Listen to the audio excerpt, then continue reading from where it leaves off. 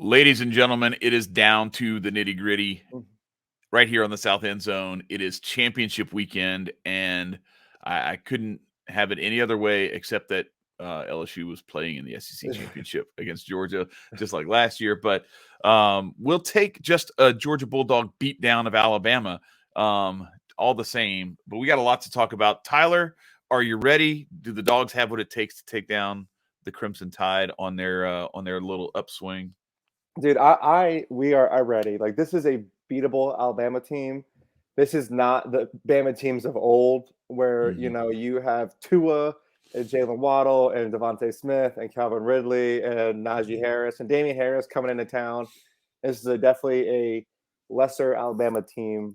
I think that it's crazy that people are acting as if people are saying when Bama beats Georgia, when Bama beats Georgia. I'm like, did I miss something to where we aren't the two-time national champs? Like defending national, like we didn't beat Bryce Young in the national championship. Like that didn't happen. Like, I know it's not the same team and neither is theirs. But I'd argue that now the teams have flipped over, that our team is better. Obviously it's going to come down to containing Milroe's feet, because that's what's beat us, and you're giving us, mobile quarterbacks is what's given us trouble in past games. Listen, and also the fact that Auburn's rush defense is that poor is the reason we're talking about this being such a big deal. Right. Like, well, and the other thing is too that's kind of interesting to me is you have this narrative of, well, Alabama's not the same team that they were earlier in the season. And Alabama's playing so much better now. And it's like, man, they're playing well, but like, look at the defenses that they put that Jalen Milroe has put up numbers against. LSU's defense, who gives up numbers to everybody. They put it up against Auburn and really they didn't. They almost lost to an Auburn team that lost to New Mexico State. Terrible. That just lost to New Mexico State the week before. Not just lost to them, beat down by New Mexico State 2 weeks ago. And honestly, like, to me, this is just me. Even if Alabama beats Georgia, just the fact that I count what happened in Auburn in Jordan-Hare Stadium, I count that as a loss for Alabama. The fact that they only rushed 2 and gave Jalen Milroe all day to throw on 4th and 31 or whatever it was, like, what are you doing? Bring some pressure and make him. If you bring enough pressure, he's got to get rid of the ball when there's no way it's getting downfield unless he's just lobbing it up into the air. But you let him just sit back there. Somebody's going to leak.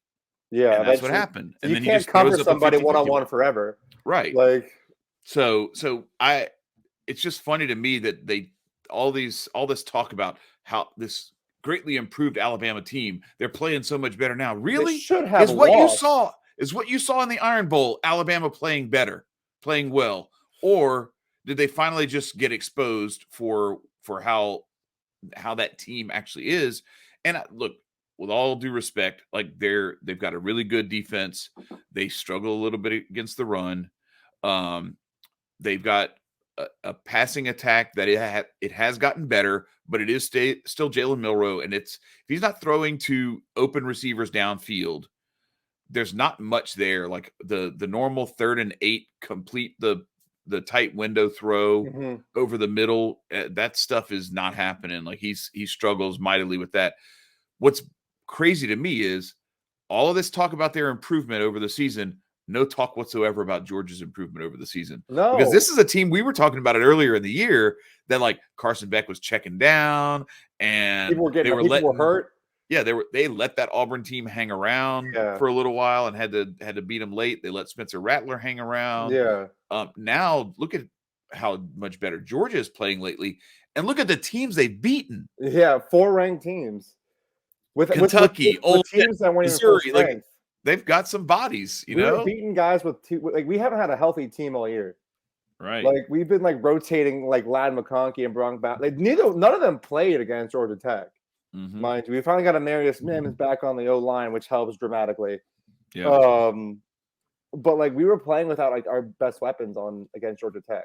Like, and people were like, "What's going on?" And I was like, "Well, Like it's a rivalry game. We're in Bobby Dodd, and we're not at full strength. Like it's going to be a little ugly.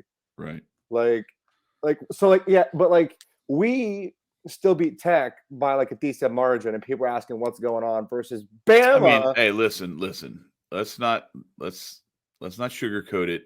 I know. One score is not a decent margin. It's better than an OT, fourth and third. No, I'm just saying. It's right. It's better than what Alabama did, where they had to pull a rabbit's foot out of their rear end.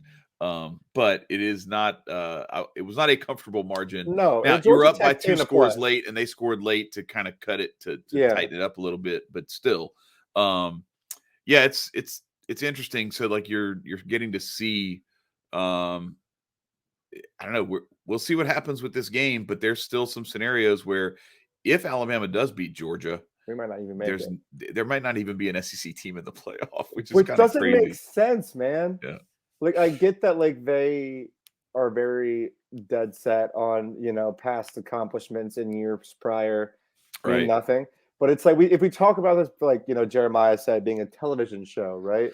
You're really going to leave the two in a row defending national champs that haven't. Well, we would have lost a game at this point. We're at 20. I think we're 29 in a row at this point. Yep. Like I don't know. Like I know that like not every champion gets to defend the title every year, which I understand. But it's just like but usually you actually have to get like really eliminated from the playoff. It's not like you're undefeated and you lose your conference championship game and therefore you slip down to number 6 based on people's perception. That's the thing. I can't wait until we get to the point where so we've talked about this before. Here's why it's important to go to a 12 or even a 16 team playoff. It's not because the number 12 or the number 16 team is always going to have a legitimate shot at winning the title. The point of all of this stuff is to remove that subjective judgment of human beings from picking the teams that actually realistically have a shot at winning it, and letting that stuff get settled on the field and making it to where the decisions that are being made by these human beings who have their own biases and their own like misperceptions about football, like some of it is, we witnessed this like for years where you had some of these guys that they wouldn't even watch the games. You couldn't watch the games. They weren't on TV. So how do you know that Notre Dame is better than whoever, Nebraska or Oklahoma or whatever it is? You don't know because you haven't. All you've seen is Notre Dame play on TV, and so it's like, well, look, I saw them. They look pretty good. Like, okay, it's kind of like some of the high school stuff that we see. So if you get to the point where now what these human beings are deciding is it the choice between number 10 and number 16, and you're just trying to pick 2 or 3 of those teams out of 6 or 7. Okay, well then if you don't make it in, you probably have 2 or 3 losses. And there's probably a good explanation for why you don't deserve to be in and why you didn't earn it. What's weird to me is to have multiple one-loss teams and to say like, oh, okay, well, this one-loss team falls back farther because they just lost. But this other one-loss team, Alabama, we are going to elevate them higher because their loss was a long time ago, even though it's to one of the teams that's in this hunt. And so like there's some people who are saying that if Texas and Alabama are the last 2 teams vying for that 4th spot, there are people who say that Alabama deserves it after losing to Texas, even though they lost head-to-head. Like to me, why does that game matter then? What's the point of playing that game? Apparently. What's the point of playing that game if head-to-head doesn't matter? And I get that you can say, well, the teams are different now. Texas isn't different. Texas is still the same. I would argue Texas is probably better than they were back then. And that they would still probably give Alabama all they can handle and possibly beat them. Maybe probably beat them. But we won't know, and you can't just say, oh, that doesn't matter because that was a long time ago. Look how good Alabama's playing now. Look how they beat Auburn. Auburn! Which is crazy. Like, think about it. Like, you have, if you're saying you take the 2 teams, Texas, Big 12 champ, Alabama, possible SEC champ. What's the difference? You're going to put Alabama over their conference champions, but yet Texas beat Bama, and you're going to put Bama above Texas. Right. Well, it would be the same thing as like, why not just put Georgia ahead of Alabama then? Yeah, Alabama just let us stay in then. Like Georgia, you could make the argument. Well, yeah, but Georgia was undefeated the whole. And look at their schedule; they played more ranked teams and beat them.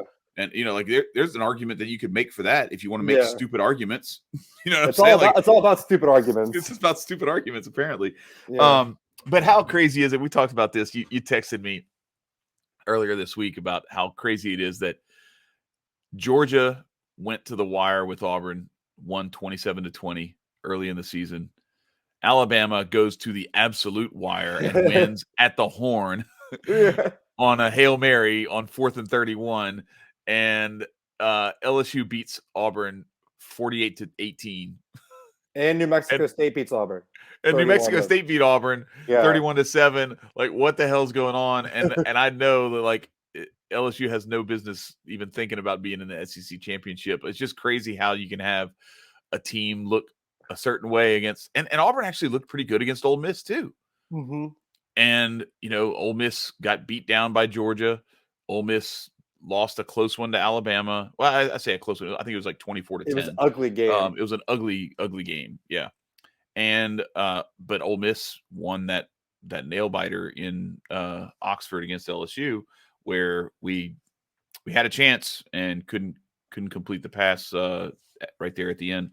But I don't know. What does it say about how you don't necessarily know until you get into these rivalry games and where they're playing and the intensity? And that's why the SEC is so interesting. We talk about it with our Big Ten folks, Drew and with Jeremiah, that like, I'm sorry, but I just don't feel like it's the same thing going into, I don't know, playing Minnesota or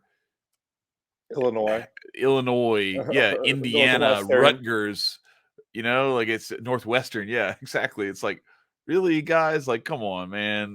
This is, and we looked at the recruiting rankings, and it's like, man, you have so many teams in the top 30. I think it's 13 SEC teams in the top 36, and the closest conferences to that are 7 in the top 40. You know what's crazy? So Iowa is crazy. We talk about like the Big Ten and Big Ten West, or just in general, right? Right. Iowa averages about 250 yards of offense, right? A game. They have 10 wins. The next closest team that averages that much has 5. like that's like, I mean, something along those lines. Like, isn't that? Yes, it's and it's crazy.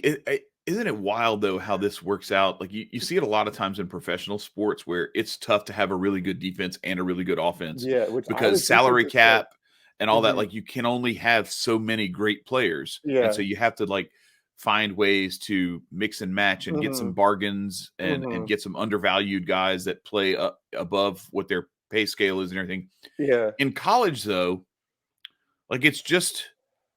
You could literally, like, you see Alabama do it, you see Georgia do it too, where it's like, nah, you can just have whatever you want. Like, as long as, and it's a little tougher now because of the portal and NIL stuff, where there's a little bit more competitive balance. But you could have a whole roster full of 4- and 5-star guys, and there was no salary cap on that, and really, like, the scholarship cap was like, well, okay, you get 25 scholarships every year, every recruiting cycle, but that doesn't mean that they can't be, 24 stars and 5 stars. Yeah. Like they can still all be studs. Yep. You don't have to be like, okay, well, you have this many 4 stars. Now you have to start dipping into the 2-star pool. Yeah. Like where you have to balance the numbers out or anything like that. So it's crazy that like Iowa can be that bad offensively, but be as dominant as they've been defensively, to where it doesn't matter who they're playing, how many points they've been averaging coming into that game. I'm taking the under and Iowa to win in some way or another. And Iowa to win by a field goal somehow. Yeah, dude. Like my brother and I bet the under in the Nebraska-Iowa game, and I just like, we're both sitting there. And we're talking like, there's 8 minutes left. There's 8 minutes left, and it's 10-10. It's like Iowa's punt coverage is unreal, dude. like there was 2 dudes in the stands that just had T-shirts that said punts on it. That's all it said. Like, it just said punts. like because literally we're like, it's like Big Ten West. It's just the battle of like, Big Ten West football is how well can you play inside your own 30-yard line, because that's all you're doing for most of the game is literally playing. going 3 and out inside your own 30 and then punting to the other side of the field and seeing what they can do inside their own 30. Like one of those old soccer 1-0 soccer matches where it's you're just playing field position the whole game. It's the field position battle. Whoever has the best punter is going to win this game. Well, punter and who's got the surest handed punt returner. Yeah, right. God help you if you fumble the punt. Because now you just flip the field against yourself. But and in that game was, I think the over under was 25.5, and that game was 10-10 with in the third quarter, and like 8 minutes to go in the third quarter. Yes, it was 10-10, and it still came in under with. That's the craziest turn of events going down the pipe. The way that it ended is more impressive than like the fact that they didn't score at all for the last 25 minutes of the game is not as impressive as the fact that with like 40 seconds left, Nebraska has the ball and is trying to try to kick a field goal to win it. And you're looking at it and you're like, man, if they don't convert, this thing's going to overtime. And then the under is done. Yeah, right. Then it's like if it's like field goal, you're screwed. If anybody scores a touchdown, you're screwed. Yeah. All you can hope for is field goal, missed field goal. Or field goal, no time left. Right. Yes. And so that's what happens. So they throw the pick. Iowa gets it. Iowa gets just enough field position to kick the field goal. And then boom. Iowa, and my brother and I were losing our minds because at the end, the Iowa running back broke one, and I was like, no, and they tackled it. I was like, thank God, field goal. Right. He got loose up the middle, and I was like, somebody get him, and then they got him, and it was a field. Oh my God! Like I was like, and my brother like, how could you be a fan of either one of these? I know Iowa and Nebraska have two of the strongest fan bases in college football. Right. Like, Nebraska shows up, like relatively speaking. Like, well, they've got a really rich heritage. Like you go back to the 60s, 70s, 80s, 90s, even like they had they were one of the top teams. Mm-hmm. I mean, LSU played them. We played them in the Orange Bowl one year. That was a crazy story, but and then we played them in the Sugar Bowl another year. Dalton Hilliard couldn't play. He's an old throwback stud. LSU fans will remember Dalton Hilliard. He played for the Saints too, but yeah, the Orange Bowl, we actually lost that game 21-20. And in the first quarter, we made a field goal, but there was a penalty. We took the points off the board and then failed to score. Oh. Like we made the field goal. There was a defensive penalty.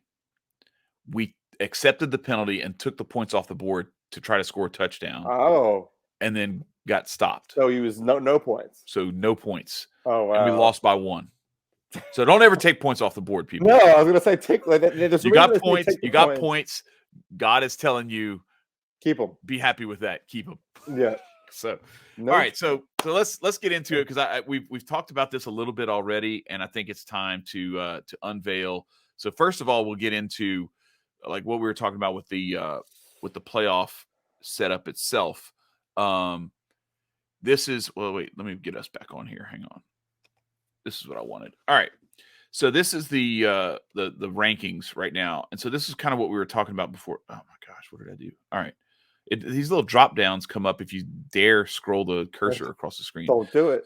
All right. So Georgia's still number 1. Wild to me. We're going to get into the scenarios, but it's wild to me that they have scenarios where Georgia doesn't make it into the playoffs. Or no SEC teams. They go from number 1 to not in the playoff. Yeah, well, that's the thing. It's like Georgia's 1, Alabama's 8, and it's like the way that they have it set up is why do you have Alabama 8 if you really think that if they beat Georgia, Alabama should be number 5 or something if you think Alabama belongs in the top 4 if they beat Georgia. Like you can't tell me they're number. This is what's frustrating about this stuff to me with all the ranking stuff because I've seen it happen my entire life. You probably aren't as familiar with this because the polls weren't as important. Yeah. During the time that you were growing up as they were when I was. I grew up in the BCS era because it was all polls back then. Like that was the only thing that mattered was where were you according to the writers and the coaches, the AP and the coaches UPI poll. So you had this weird phenomenon where you could have the number one team, like you're number 11. You play the number one team on the road, lose by a touchdown. You're dropping to number 15. Mm-hmm. Like, you already told us you thought we were 10 spots worse than them. Yeah. And we went and played at their building and kept it close and lost at the last second by a touchdown. And you dropped us? Yeah. Like, what do we have to do to stay at number 11? Is there any, like, or are you just telling us that you're stupid and you don't understand your own rankings? You know, so that's that. And then you can have by the same token, the 11 team wins that game and number 1 drops to like number 4. And number 11 moves up to number 7. It's like, well, wait. How are they still ranked ahead of us if we beat them? Yep.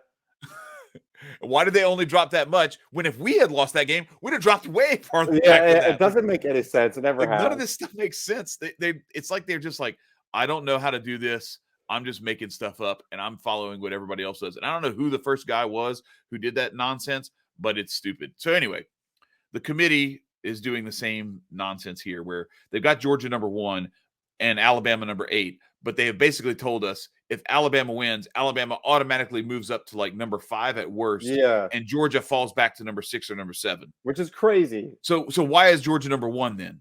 Yeah, why to me, if that's the case, Georgia should be like number 3 and Alabama should be number 6, and then they should just switch places. Yeah. Or something like that. Like, it's stupid. Anyway, but what's weird about this is that we're going to get into a scenario where because this is an SEC show, we could have very, very corner case, small likelihood of happening, Georgia and Alabama both in the playoff, where you have 2 SEC teams yet again in the playoff.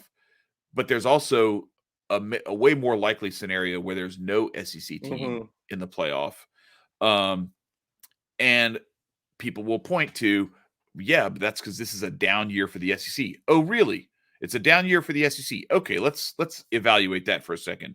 Georgia, number 1. Alabama, number 8. Missouri, number 9. Ole Miss, number 11. LSU, number 13.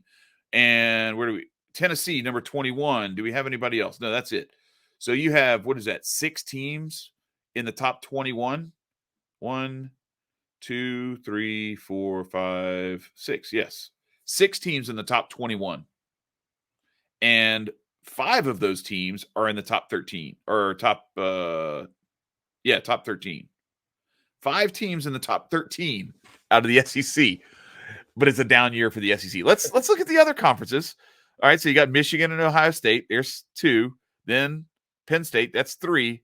And that's it for the Big Ten in the top 13. So you got 3 from the Big Ten. Then you go down to Iowa at number 16, and that's pretty much it for the Big Ten. You go to the Pac-12, Washington and Oregon, both in the top 5.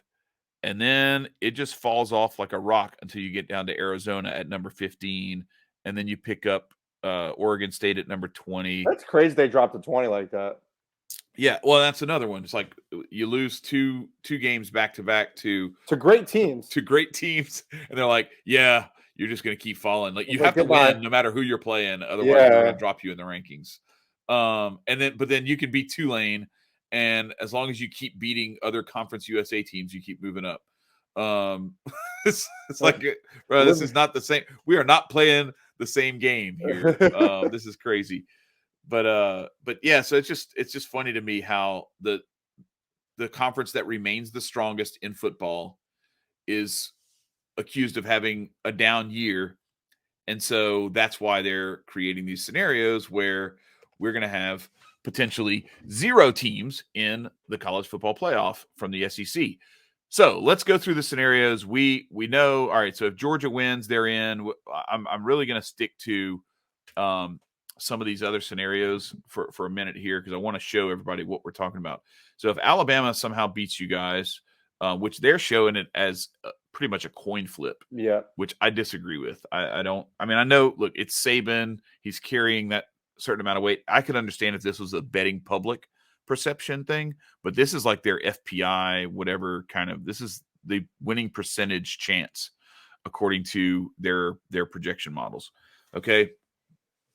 So let's say I think that Louisville has a better chance than 26% against Florida State.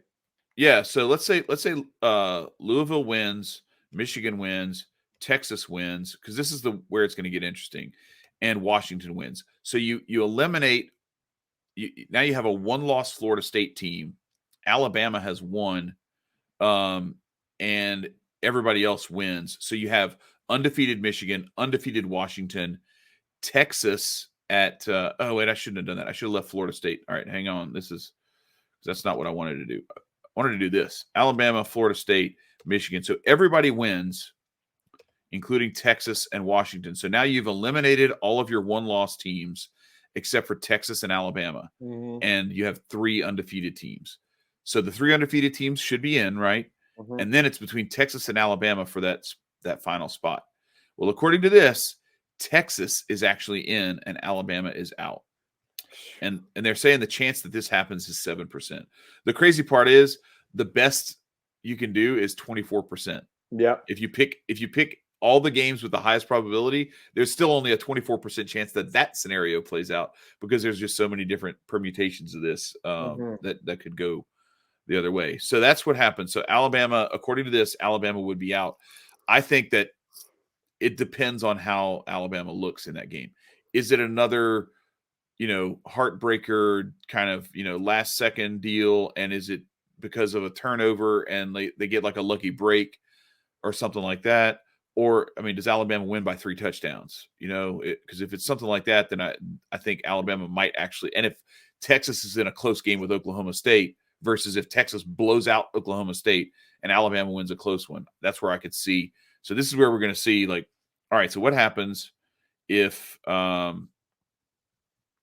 Alabama wins, Florida State wins, Michigan wins, Texas wins, but then Oregon wins. So now what are we looking at?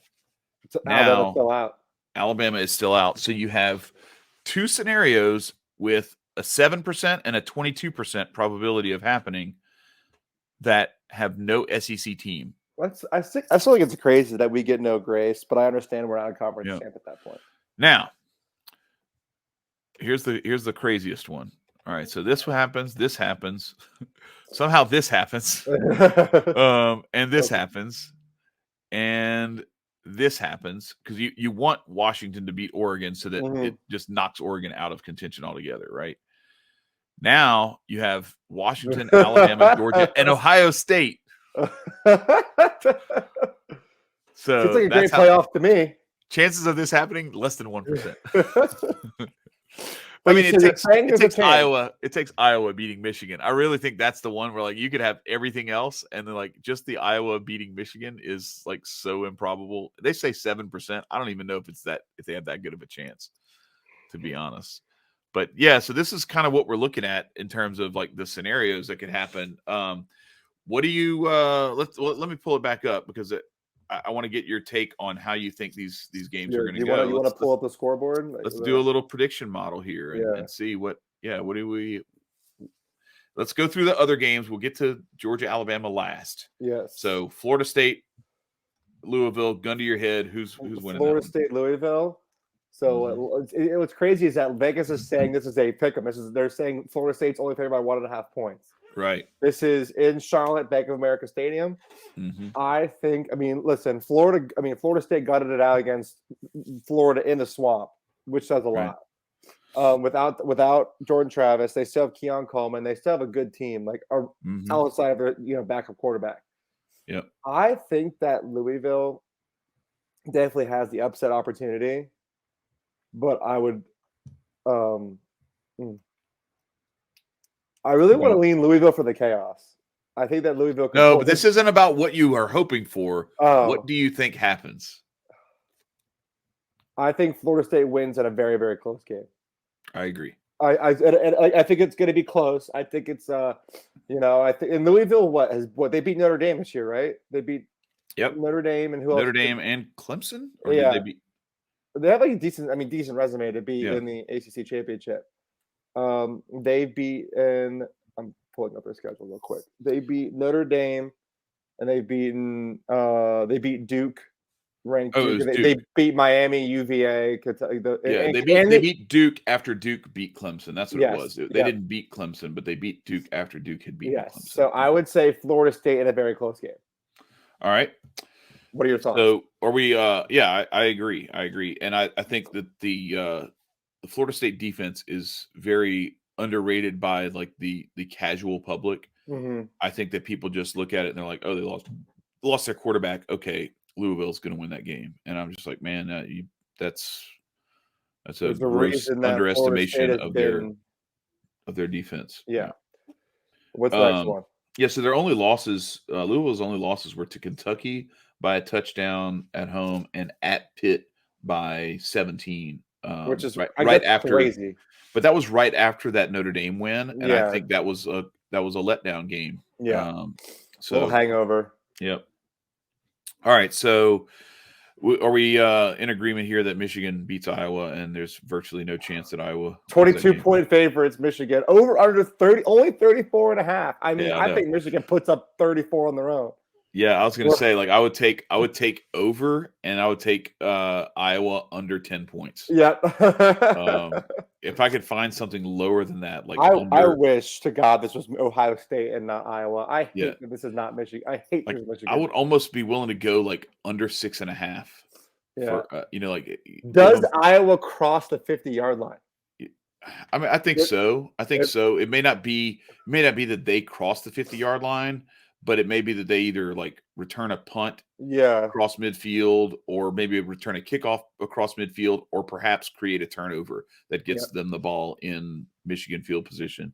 And I think they can get a field goal or two. And they could possibly get a touchdown. So I would almost want to go like under 7.5. So that on the off chance that they get a touchdown, I still have a chance of like, all right, I might still win that under bet for them without them kick if Michigan can keep them from kicking one of their trademark field goals. All right, so Texas, Oklahoma State. You say there's no way Oklahoma State's winning that game? That's 15 points to Texas. I think that Oklahoma State, after the season that they've had, I don't think there's a chance. Okay. And they're playing that one in Arlington, so it's close enough to Austin that it's yeah, I think it's farther away from Stillwater than it is. Yeah. So here we go.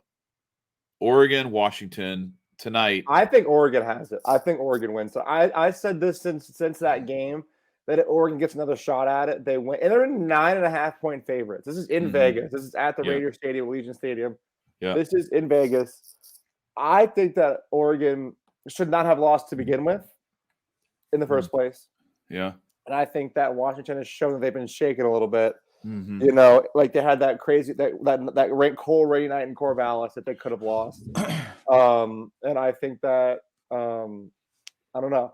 I'm starting to have my doubts about like Michael Penix and his medal, because he has really not performed. Like he was the Heisman front runner for half of the season or more, and not only has he like underperformed, but did you see him in that game, that Washington State game where they're kicking the field goal to try to win it? And he's like hiding in the like can't watch and everything. And I'm just like, man, like you got a much bigger test coming up this week, you know. But there's a part of me that's like, all right, so is that team going to look at this sort of like the way that LSU did back in 2011 when we beat Alabama in Tuscaloosa and then had to go play them again in New Orleans for the national championship? And it was kind of like a sense of dread. Like, it's hard to beat the same crap, we got to play these guys again. Instead of like Alabama came into that game like, thank God we get a chance at redemption. It's a whole different, you know what I'm saying? It's like King of the Hill versus like you're trying to take you. It's predator versus prey.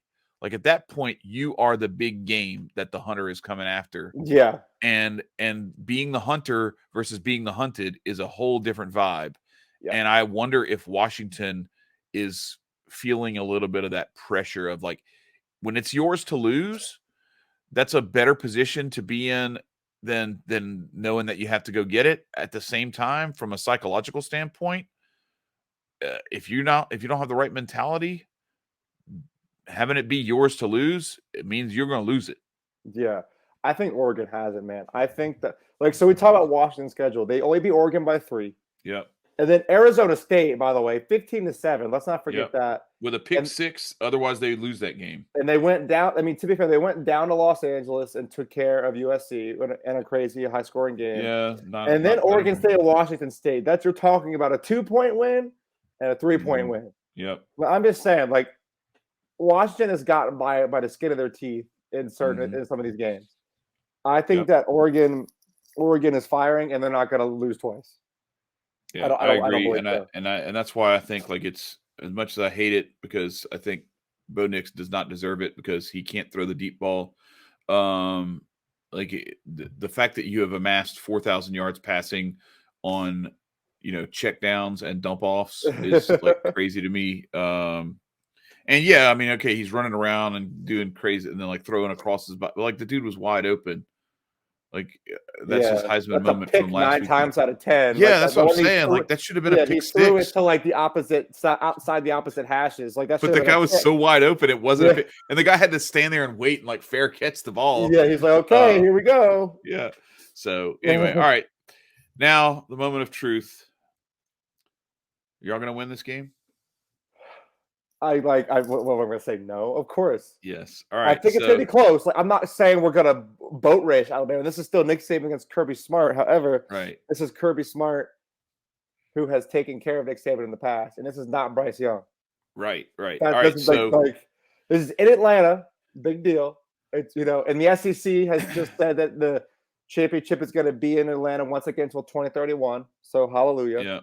Yeah. It's not Bryce Young, but it's a guy who's potentially more dangerous than Bryce Young. I will say, okay. So the only thing, because he can run and he's willing to run. Yes. And Bryce Young did not want to run, and he was more of a, if I'm going to move, it's going to be in the pocket, and then I'm going to try to look downfield and throw the ball. And Georgia's secondary did well with that, and that front 7 was really robust.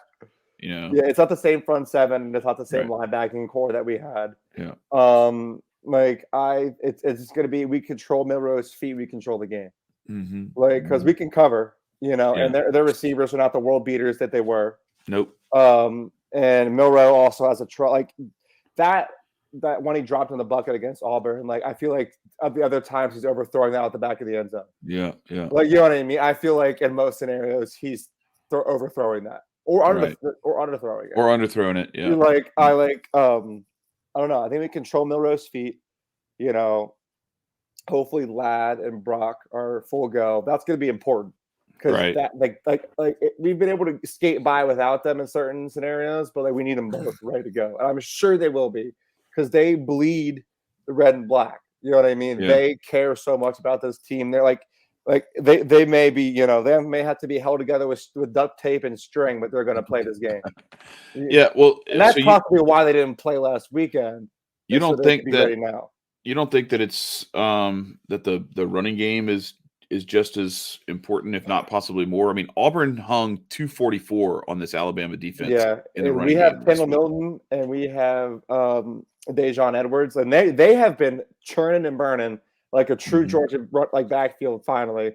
And the Saints, pretty much like the last half of the season, they've been getting loose. And that it's like, I was wondering what we were missing, and that is what it was. Like, we're like, the previous years with James Cook, Zamir White, Elijah Holyfield moving even back farther to Sony Michel, Nick Chubb. Right. It's like our ground threats are there. DeAndre Swift, exactly. Yeah. Like our ground threats are so much more there now. And our other receivers are really making, Ra Thomas, Dominic Lovett, even Oscar Delp, backup tight end, getting in the mix. Arian Smith. Like, we have guys to go to around the field. And Beck is looking like a leader. It took a bit. It took a bit because you're taking the starting job as a junior. You know what I mean? This is your first year starting, and you have to go on the road. This team is way more testing the other 2 national championship teams. Like, you know what I mean? Because we were beating the brakes off everybody last year. It wasn't even close. Yeah. Like, nobody really challenged us except for Ohio State.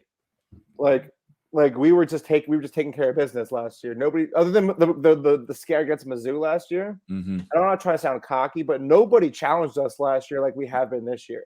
Yeah. We've come out on the other side still undefeated, still with a passion, and Kirby's still getting those guys going. Like, that is the thing, is like like you say, like the best thing that can happen is adversity without a loss. And we have had so much of that this year that people, I think, are for some reason undercutting us because we are not dominating like we did last year. Yeah. I think we win. And I think it's gonna be close, but I think we win for the reasons I just said. What are you thinking? I mean, I think so too, but I think it's I mean, I don't know. I gotta be honest. It does concern me a little bit, because you guys have, I don't know. It's there's that whole Saban factor of like I know I joke about it a lot. You know, like I made this prediction that he's never going to win another national championship, and I'm not gonna lie, like I get nervous every time. Like it's like, oh, why y'all keep letting this man off the mat? Come on, like, Auburn has done it twice in the last 3 years. 2 years ago, the overtime games, the game that should have never gone to overtime. Yeah, I know. If that kid slides in bounds, yep, the game's over. He runs out of bounds, stops the clock. Now they give Alabama enough time to go down and score. They send it to overtime. And that was a terrible Auburn team that year too. Yes.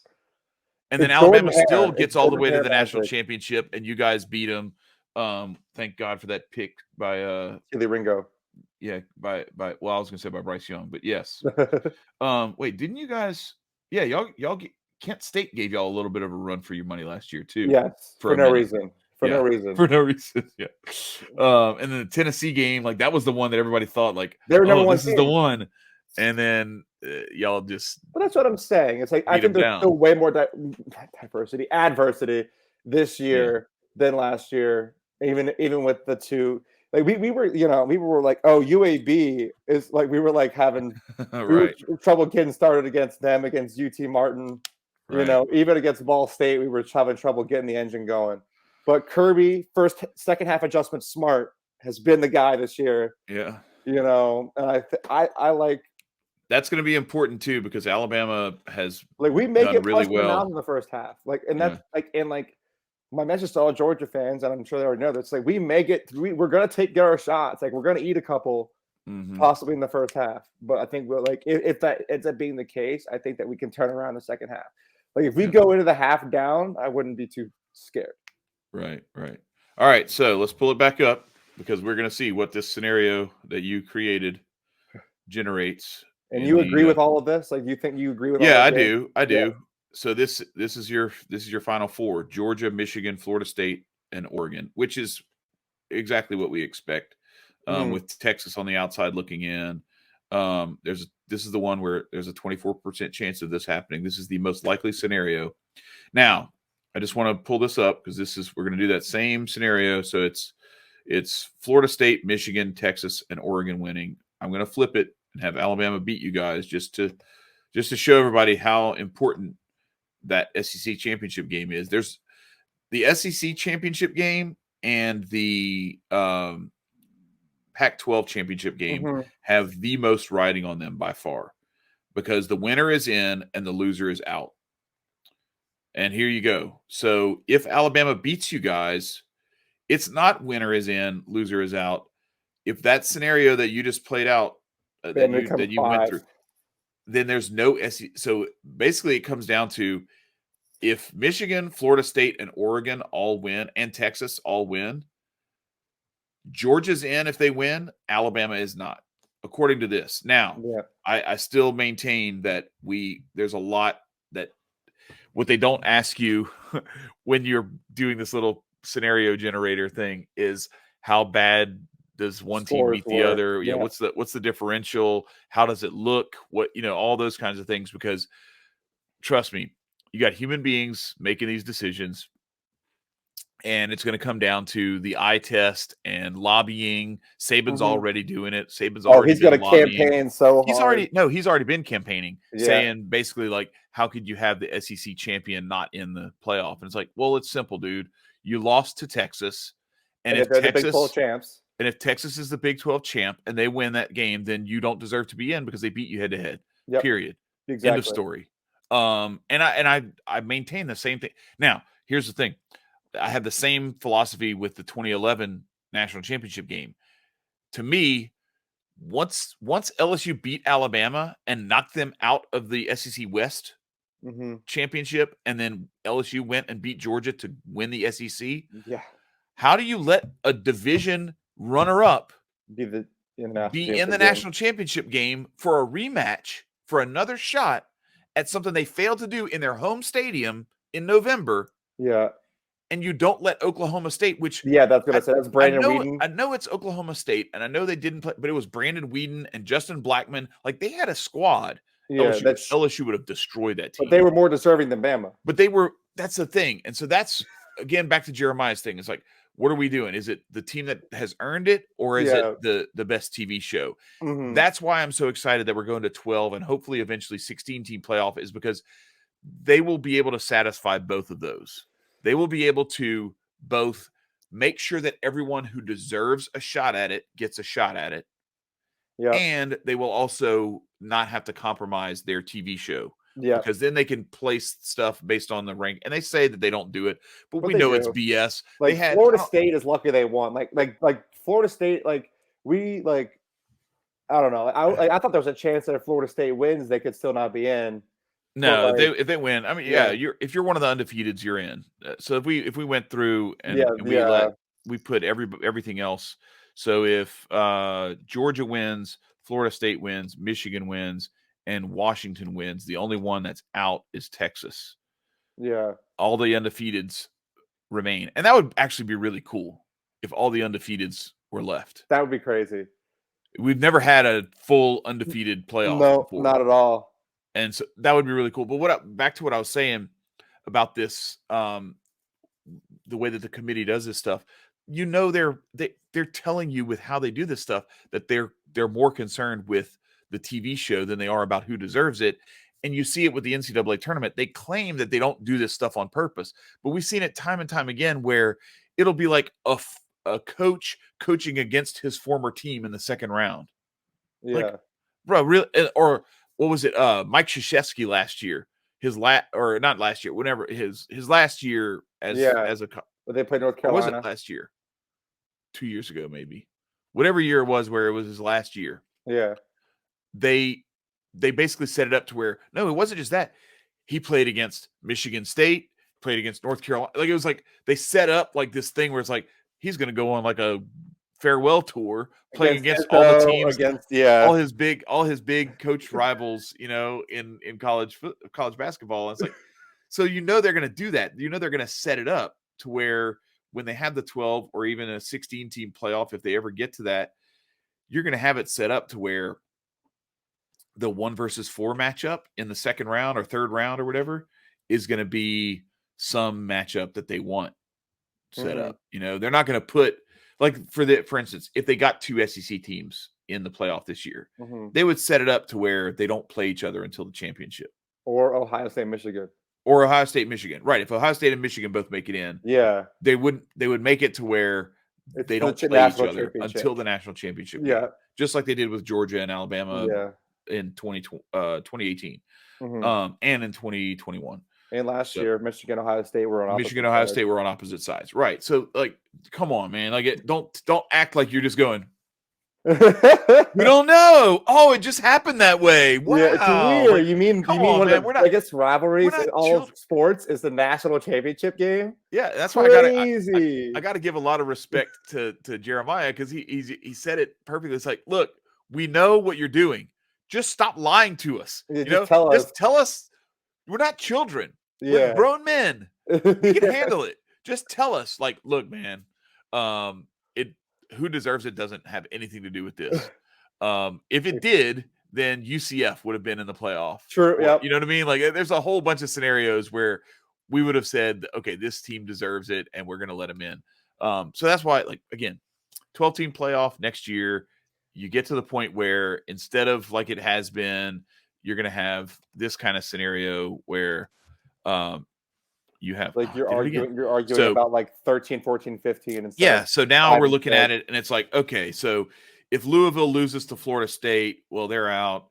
If you have like Alabama lose in the SEC championship game and Texas lose in the Big 12 championship game. They're going to fall down into here. And so now it's like, all right, well, who's more deserving? A Missouri team that didn't get to go to it, but they only lost to LSU and Georgia?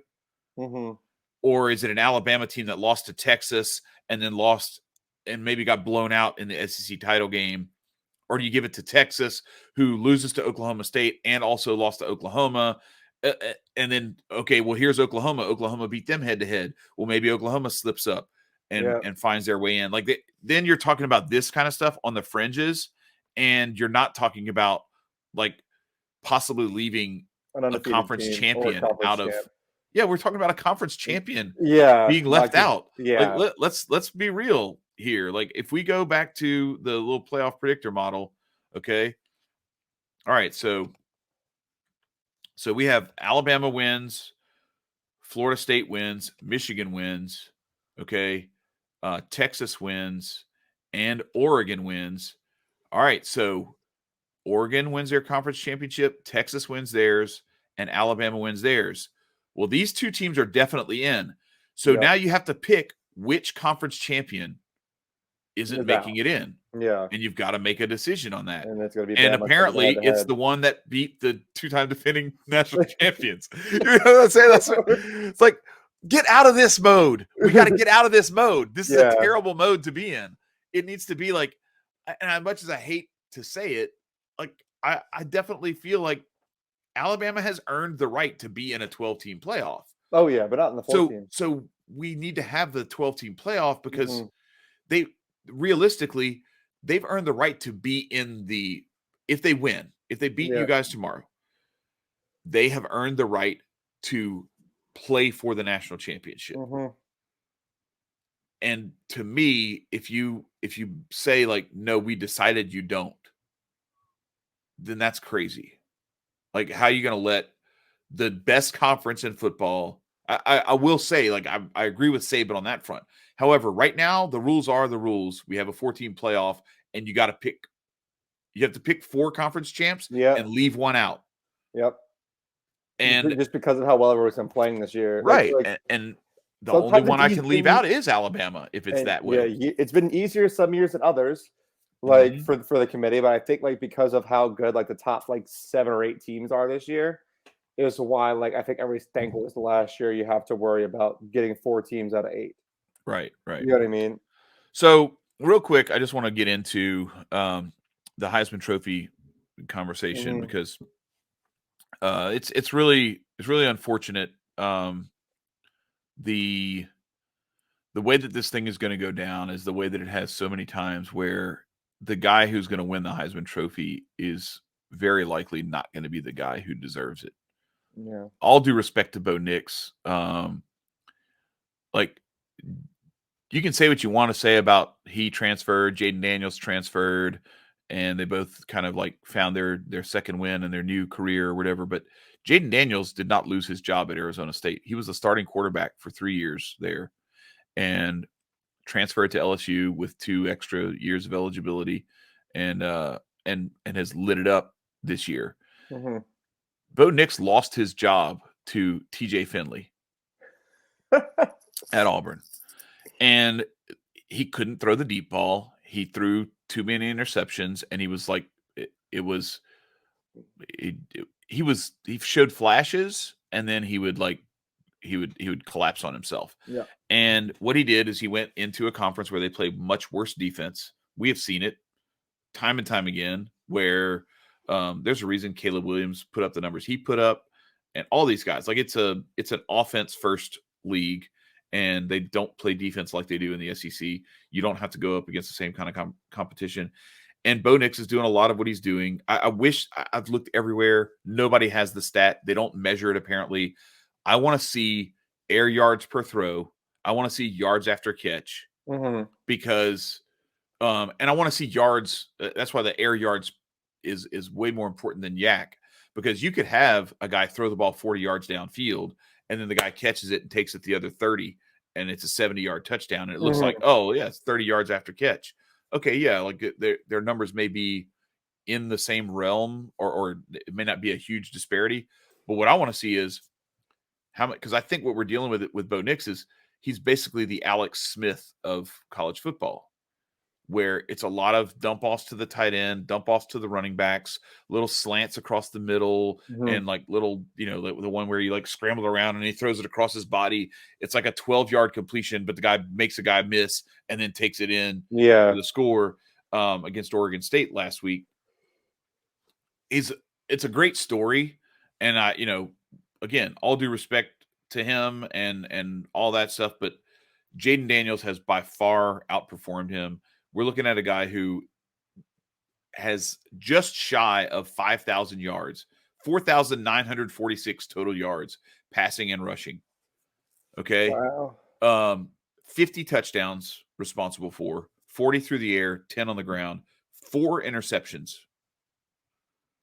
He's got over 1,100 rushing yards and just under 4,000 yards passing. And Bo Nix only has the 4,000 yards passing. And he gets an extra game. And the other thing is they did Jaden Daniels dirty because they put the LSU Texas A&M game at 11 a.m. local time, where it's going head-to-head with the Michigan-Ohio State game. Nobody watched it. Nobody saw what Daniels did. And then our defense is so bad. And I've heard people say, like, oh, well, the reason that Daniels is putting up those numbers is because the defense is giving him, a reason to have to throw that much. It's like, no, man, like he would have put up the numbers. Yep. He would have had more possessions. LSU has like 25 minutes a game of possession time. Yeah, because the defense is just defense so much. The defense is giving up, and it's not that they're giving up big plays. The defense, it would have been great if against Texas A&M it would have just been like 60-yard bomb, touchdown. All right, get back on the field, Jaden, go score. No, it was like first down 3 yards, second down 4 yards, third down 2 yards. Now 4th and 1 conversion, first down 4 yards, second down 2 yards or an incompletion, then third down and 6, 13-yard completion. Like it was every single drive was like 12 plays for Texas A&M, and they used, I think we had 3 possessions in the first half. Wow. And scored on 2 out of the 3. And then the second half opened up a can on him and just lit him up, and Jaden put up the numbers that he did. And the other thing is too, like they could have gotten greedy. They had multiple 1-yard rushing touchdowns by the running backs. They could have been like, all right, we're gonna let Jaden run these in and boost his numbers, like they did with Bo Nix, where he's just throwing the ball from the 3-yard line, just so he can pad his passing touchdown stats. So here's what I think is going to happen. I think Jaden Daniels deserves it. I think he's earned it. I think he's by far the best player. He already won. I can't remember what the name of the award is, but he won like the best quarterback award already. So I have a little bit of hope that maybe like it's kind of like the Golden Globes and some of the stuff where like you get a window into who's going to win the Oscars by looking at the Golden Globes. So maybe just maybe. But I think what ultimately ends up happening is, even though he's the best player in college football, they're going to give it to Bo Nix, because what Bo Nix is going to do tonight is going to be enough to win the game for Oregon. All he has to do is win the game by a field goal, and if he's leading them down the field to drive for that game-winning field goal, that's his Heisman moment. That's all he needs. The flip side of that is, if somehow he chooses now, he's only thrown 2 interceptions all season. Yeah, I was going to say he has 2 picks. If he chooses tonight to vomit on himself, Could you? Then Jaden Daniels walks with this thing. Huh? I was going to say it wouldn't shock me, but then again, I think the way Bo Nix is playing, it actually would shock me. Because I used to think about the Bo Nix of past, and this is like clearly different, but it's also like Bo Nix in a way better offense. Yeah. Like around him versus the Auburn offenses that he had. I mean, I know for certain the one thing that Bo Nix and Jaden Daniels have in common is they never beat Georgia. Oh, listen to this guy. Well, hey, look, I know. Bo Nix is 0-4 against Georgia, so like that's 3 at Auburn and 1. I'm not saying we would have beaten y'all last year. I know. But like that was a very unfair. It's really a shame too, because like if you had Jaden Daniels last year with last year's or Jaden Daniels this year with last year's defense, Yeah, it'd be a different we story. might win the national championship. Yeah. Oh, I know. Because the It's whole messing with problem you. was he was still kind of playing a little bit timid, kinda like what you were talking about with Carson Beck earlier Yeah. this year. Mhm. But I just wanna look and see what, so Washington has given up 19, 10, 7, 32 to Cal, then 24 to Arizona, 33 to Oregon, 7, 33 to Stanford, 42 to USC, 28 to Utah, 20 to Oregon State, and 21 to Washington State. Their defense was playing way better earlier in the year, and I don't know what has happened to them, but they are just, and that's back to my point. Like, you're not playing against good defense. Like Texas A&M has a really, really good defense, and Mhm. Jaden Daniels was still like, I don't care. Here's 250 and 4 touchdowns and 120 yards rushing on 11 carries to boot.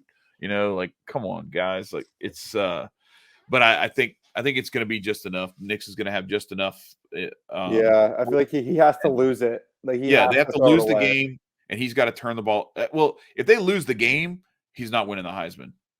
Yeah. If they win the game, he's winning the Heisman if he makes a minimal contribution to that. Like, if he just throws for, like, I don't know, 220 yards, a couple of touchdowns, even if he throws a pick or two and they win, 34-31 or something like that on a game-winning field goal, and the defense has to bail him out, it doesn't matter. Like, they're still going to give it to him.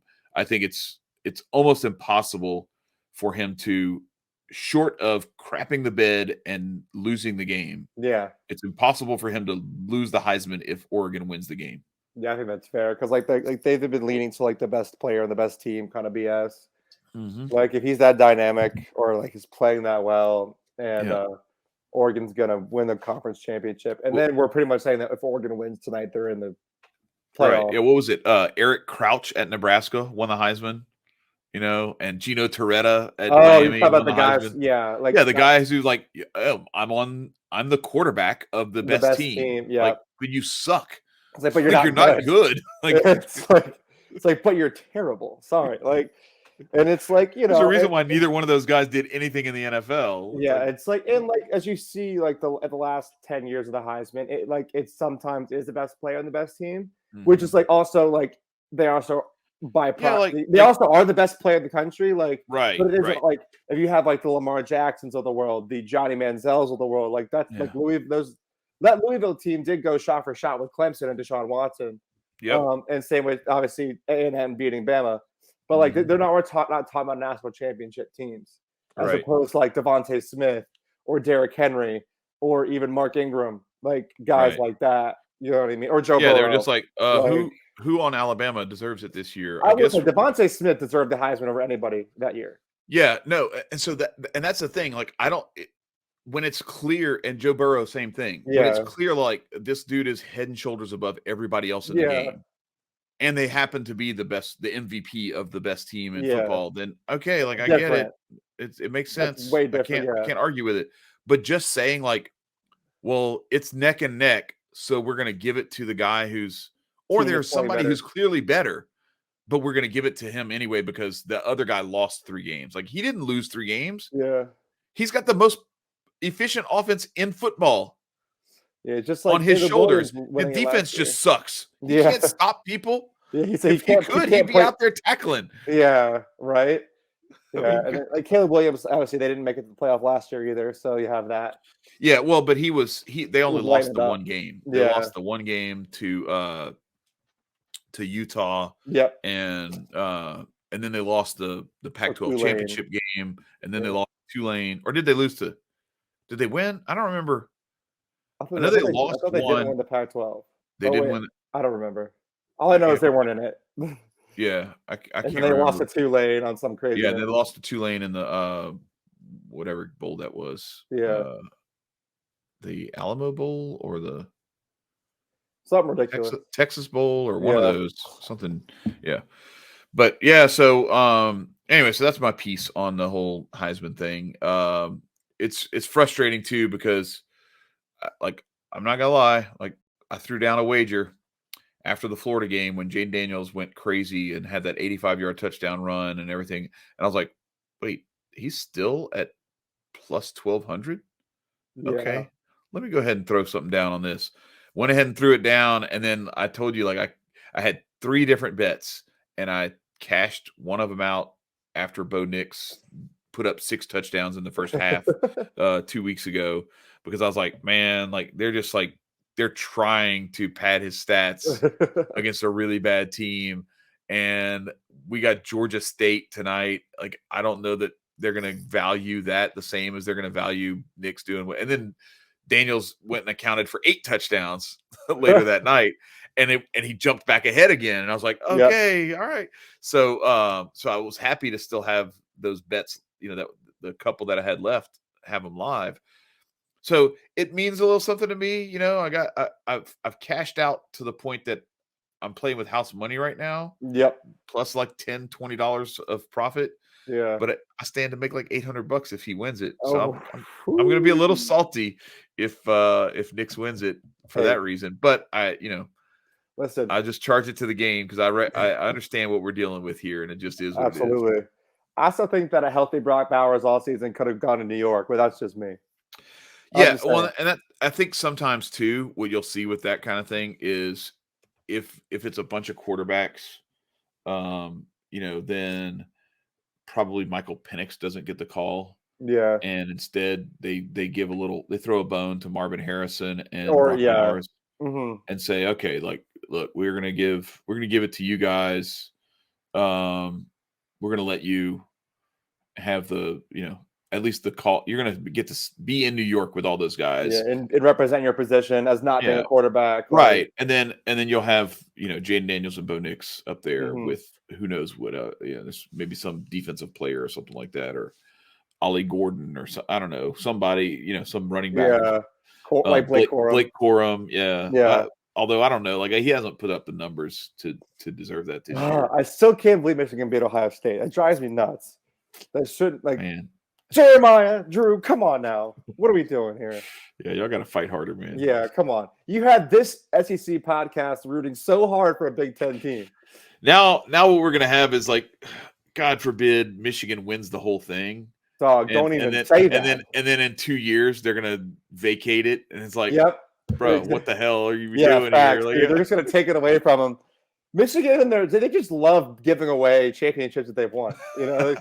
Like they just oh shoot, throw back to the Fab Five. Yeah. So we be prepared, because we're gonna have we got some stuff up our sleeve, some guests and everything else for next week when we get the final rankings and the final pairings for the college football playoff after these conference championships are done, and then we're gonna start talking about the bowl season, and because that's going to be important for me. Hell, it may be important for everybody on the show. We don't want it to be that way, but I don't want you talking about a bowl game. I haven't thought about our bowl record in 2 years. I don't want to think about it anymore. You don't want to talk about a bowl game. Yeah, well, some of us have to. I don't want to go to the Sugar Bowl. I don't want to go to the Cotton Bowl. I'll say this much: like, I'm rooting heavy for you guys to win, because I don't want that scenario to happen where no SEC team ends up in the playoff. Yeah. Because that pushes us down. If you end up with Georgia and Alabama in the playoff, yeah. Well, now everybody else in the SEC moves up a slot or two. Yeah, because Mizzou's going to get a good bowl game out of it. Yeah, Missouri's going to get a good one. Ole Miss will get a pretty solid one. We should get a good one. Who else is there? That's Tennessee. Tennessee's the other one. Is that? Yeah, that's the 6th. Those are the ranked teams. Yeah. So, and then you're gonna, it slides down as you get through. I know. I don't want to think about us being in a bowl game that isn't for the championship, dude. Right. Because we have had the fortune/misfortune of playing, and I said it's a lot, of playing in some of the most insane playoff games of the playoff era. Right. Of the most heart-wrenching, crazy, must-see TV games of all of the college football playoff era. I think we've had the most. Yeah. Unfortunately/fortunately for us, we've had the most. Because y'all just dog walked everybody in your national championship run. We've been in some crazy ones. So normally, my MO has been for a long, long time. pre-BCS era, but then continuing into the BCS era, and then continuing into the 14 playoff era. My MO has been, if LSU is not playing for the national championship, or if they are not in contention for the national championship, where I can root for whatever would happen to get them in the game, in the national championship game, or into the playoff, then what I have typically done is root really hard for chaos. But the reason I was rooting for chaos was to bring about what is already coming next year. Yes, the 12-team playoff. I don't want chaos this year. I want it to be, I want the best 4 teams out there. I would love, honestly, I would love to see a 4 undefeated teams. Me too. College football playoff this year. That would be excellent. 4 That'd be a hell of a way. Champions. Right. That would be a hell of a way to send it off. Because you cannot deny any of those 4 teams then. If they're 4 defeated. Even Texas, it's like, hey, look, man, don't lose that game to Oklahoma. I know it sucks that you lost the way you did. It was a last-second thing and all that. But, like, man, if you don't lose that game, we're not having this conversation. Exactly. We're having, now that would be a chaotic, even tougher conversation because you have 5 undefeated teams. So not for nothing, that would have been crazy. Like, imagine the last year of the 14 playoff. Those 5 undefeated teams. If you had Georgia, Washington, Florida State, Texas, and Michigan, all undefeated, conference champs, and you've got to pick one undefeated team and tell them, hey, maybe you should go have a fucking parade for yourself. Yeah, like, congrats on the season, but too bad. And then, and if I'm the UCF AD, I'm calling them up and I'm being like, hey, man, remember all that? I got these tweets that you put out where you were talking shit about us. How you feel now, punk? You know what I'm saying? Like, it's because legit, like, that's what it would be. Yeah, it would be the same thing that Boise State felt, that UCF felt. And Cincinnati is the only one who can't say it, who we can't say that about, because they actually they were given a shot and they proved everybody right who was dogging them, and dogging all those schools. But yeah, could you imagine like an undefeated? So who do you leave out? If Texas is undefeated, I think in this scenario, if everything that has happened this season plays out, and you're talking about the only difference, is Texas Oklahoma. Yeah, Texas. I think Florida State gets left out because of the quarterback. Because of the quarterback thing. Yeah. Okay, you're right. Yeah, you're definitely right. I think that they leave Florida State out because it goes against television. Yeah. I think that if you have 5 undefeated conference champs, I think Florida State gets left out. Yeah, absolutely. That's bar none. That's exactly what I think happens. Yeah, it would have been a fascinating conversation. It would have been, because then you're like up in arms because you're just going to short us because the quarterback's hurt. Like, right. That would have caused a riot. So they're lucky they don't have to make that decision. And I would also say that this is probably going to be unpopular among Florida State fans, but I don't think Jordan Travis would have mattered. Yeah, I think they would have gotten left out anyway. Without him, they're playing decent without him. All that would have. No, I'm saying their schedule. Yeah, outside of beating us, they don't really have like a signature win. Yeah, and if that's your signature win, I mean, Ole Miss beat us too. Yeah, like Texas A&M gave us a run for our money this weekend because our defense couldn't stop anybody, and then muscled up in the second half and got like 3 stops in a row. Yeah. Which is, I don't know the last time we got 3 stops in a row. Holy cow. Well, Georgia State, we got 3 stops in a row, but that doesn't count. But no, but it would have been, so I think you can't take Michigan out. You can't take Georgia out. You couldn't take Texas out because they had that win against Alabama, and they would have had a win against Oklahoma and all those other ranked teams that they had beaten, right? So then you're looking at Washington. Well, okay, if Washington beats Oregon twice, how are you going to leave them out? Yeah, exactly. And then Florida State is the only one. It's like, bro, like, look at your schedule, man. Like, they would have made it a schedule thing. Like, they wouldn't have attributed it to Travis being hurt, but they would have. Well, no, because they couldn't. I'm saying if Travis was healthy. Oh yeah. If he hadn't gotten hurt, they would have still been like, look at your schedule. Like, you gotta do better. I know you beat LSU, but like, that's, they lost to Kentucky. Sucks. They lost to But I'm talking about Louisville. I'm losing my mind. The crazy part about it is, though, if you think about that, it's still bullshit.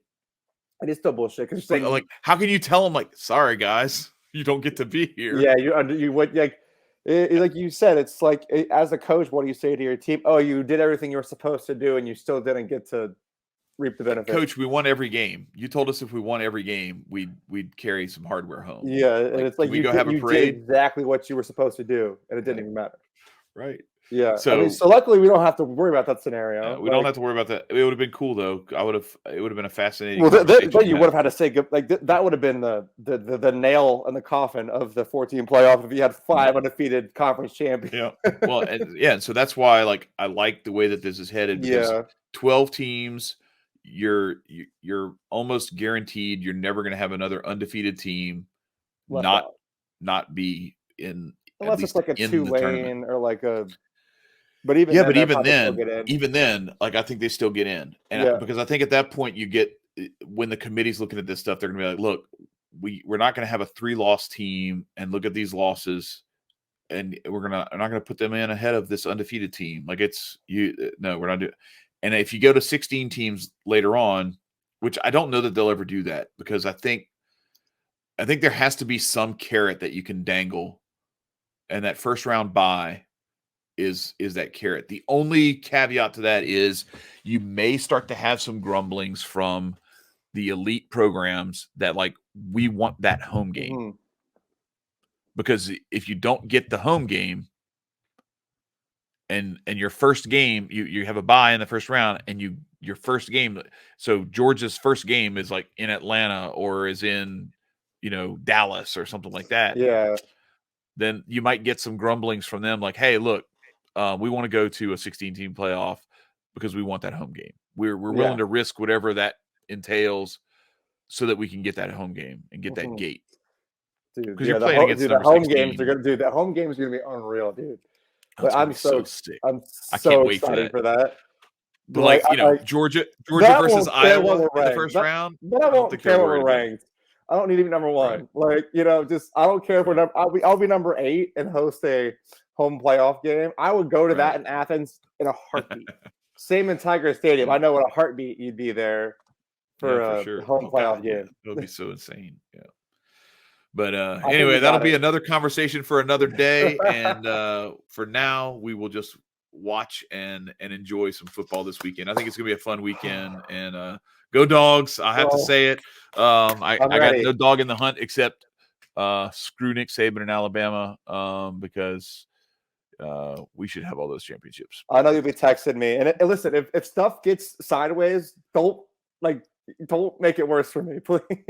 I'm not gonna text you. Like I respect people too much to do that. Like, I know when you're going through it, like, unless it's something where it's like I'm gonna be like pumping it up, like, yo, I know. I'm not. Yeah, I'm not gonna do that. I know how I go into a certain mode, and there's a few people who I'll text because we have those conversations ongoing for a while. But I don't mess with people when I'm not like part of their. If I'm not part of their fan base, I'm not going to go like, unless you're winning, I'm not going to go talk shit to you. That's not my style. So fair enough. All right. I'll wait until after the game to do that. Okay, whatever. And then we go not against Alabama though. Like, no, because in this sense, like, I'm part of your fan base this weekend. Okay. All right. Let's get it. Let's get it. I'm ready for it. All right. Well, listen, everybody. Be sure to join us next week. Hit the subscribe button and hit the notification bell too, so that you can get the notification when we go when we upload that episode. Because we're going to have our Ohio State contingent, and we're going to also have another Georgia guy. Hopefully, we'll have all these guys in studio with us, because we're going to break all this stuff down, and hopefully, we'll be talking about some weird scenarios where, like, all of us, everybody on the screen is talking about their playoff matchup, because that would be cool. I like it. That would mean Alabama's not in it. But then we're gonna just break everything down and get into like the bowl schedule and what's coming up and all that good stuff too. Because some of us, like yours truly, has to rely on the bowl selection committee putting us in a non-shitty bowl. I'm hearing Notre Dame, which would be, again, it's one of those things where it's like, oh yeah, so Notre Dame against Brian Kelly. I see what you're doing. Yeah, okay. So that's the rumblings now, but we'll see. That'd be cool. A lot of stuff has to happen to make that work. But we appreciate y'all joining us. Don't forget to like and give us some comments if you want to talk shit to us or correct us on something or give your opinion on this stuff. Please feel free and be sure to share this with all your college football fan friends and family. We'd love to have everybody join the conversation. And with that, we will sign off and tell you we will see you again next week. Peace. We are out of here. The South Endzone. I'm Chad. He's Tyler. Bye, y'all. See ya.